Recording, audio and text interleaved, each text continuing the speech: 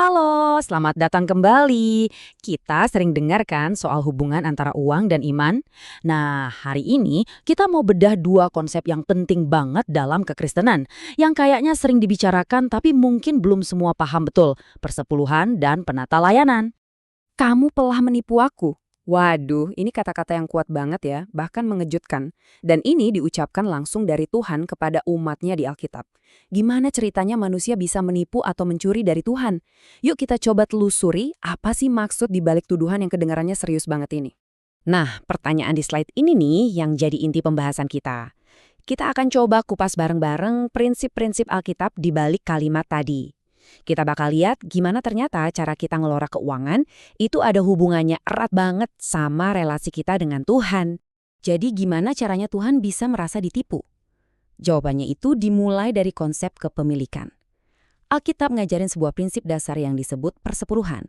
Intinya adalah gagasan tentang mengembalikan sesuatu yang pada hakikatnya emang udah punya dia. Seperti yang tertulis di sini, persepuluhan itu artinya ya sepersepuluh. Dan ini adalah bagian pertama loh, bukan sisa-sisa dari pendapatan kita. Ide utamanya adalah bagian ini tuh secara khusus udah ditandai sebagai milik Tuhan. Sebagai pengakuan kita bahwa semua berkat itu asalnya dari Dia. Jadi, yang kita bicarakan adalah satu dari setiap 10 bagian yang kita terima. Poin pentingnya di sini adalah angkanya spesifik. Ini bukan jumlah yang kita tentuin sendiri pakai perasaan, tapi sebuah patokan yang jelas dari Tuhan. Nah, disinilah letak perbedaan yang penting banget. Slide ini nunjukin cara pandang yang beda. Alkitab itu nggak melihat persepuluhan sebagai hadiah yang kita kasih dari punya kita, tapi sebagai tindakan mengembalikan sesuatu yang dari awal emang udah punya Dia. Ini mengubah semuanya, dari sekedar beramal jadi sebuah tindakan kesetiaan. Dan kalau kita lihat sejarahnya, praktek ini tuh udah ada jauh sebelum hukum Taurat Musa. Tokoh-tokoh iman seperti Abraham dan Yakub udah melakukannya sebagai respons pribadi mereka sama Tuhan. Baru kemudian ini diresmikan untuk bangsa Israel dan akhirnya ditegaskan lagi relevansinya oleh Yesus di Perjanjian Baru. Ini nunjukin kalau prinsip ini konsisten banget sepanjang sejarah Alkitab. Oke, pertanyaan logis berikutnya. Kalau sepersepuluh ini dikembalikan, terus perginya kemana? Nah, Alkitab pakai istilah yang menarik nih, yaitu gudang persediaan, yang ngasih kita petunjuk soal tujuan dan pengelolaannya. Alurnya sebenarnya simpel banget. Pertama, umat Tuhan dengan setia mengembalikan sepersepuluh pendapatan mereka. Kedua, itu dibawa ke gudang persediaan yang kalau sekarang kita pahami sebagai gereja lokal. Dan ketiga, dana ini punya tujuan yang sangat spesifik untuk mendukung mereka yang melayani Injil secara penuh waktu. Coba lihat perbandingan perjanjian lama dan baru di sini, konsistensinya luar biasa.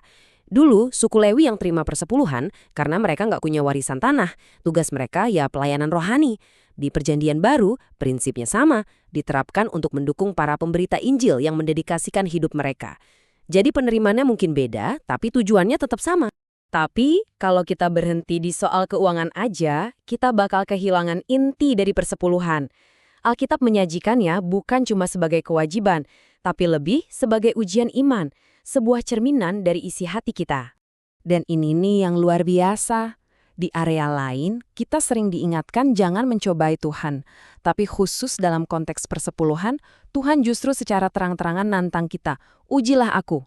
Dia janji kalau kesetiaan kita dalam hal ini akan membuka pintu berkat yang berlimpahan dari surga. Analogi yang digambarkan di sini dalam banget ya. Di Taman Eden, Adam dan Hawa dikasih kelimpahan, tapi diuji dengan satu pohon terlarang. Mirip kan? Kita dikasih 100% berkat Tuhan, tapi diuji dengan mengembalikan 10% yang udah Dia kuduskan.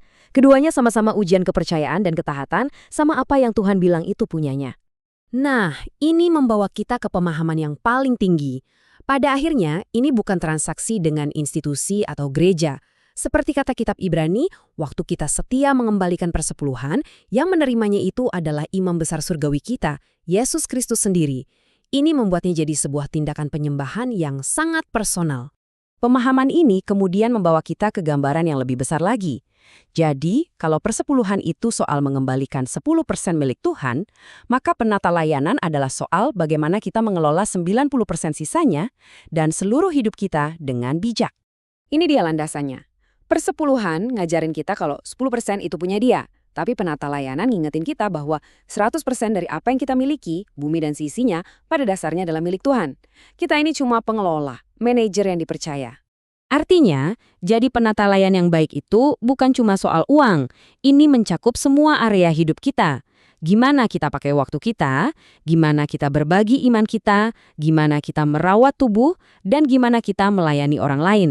Semuanya ini adalah bagian dari mengelola sumber daya yang Tuhan percayakan ke kita. Jadi, setelah kita bahas semua ini, kesimpulan utamanya apa dong? Apa ini semua cuma soal aturan dan kewajiban?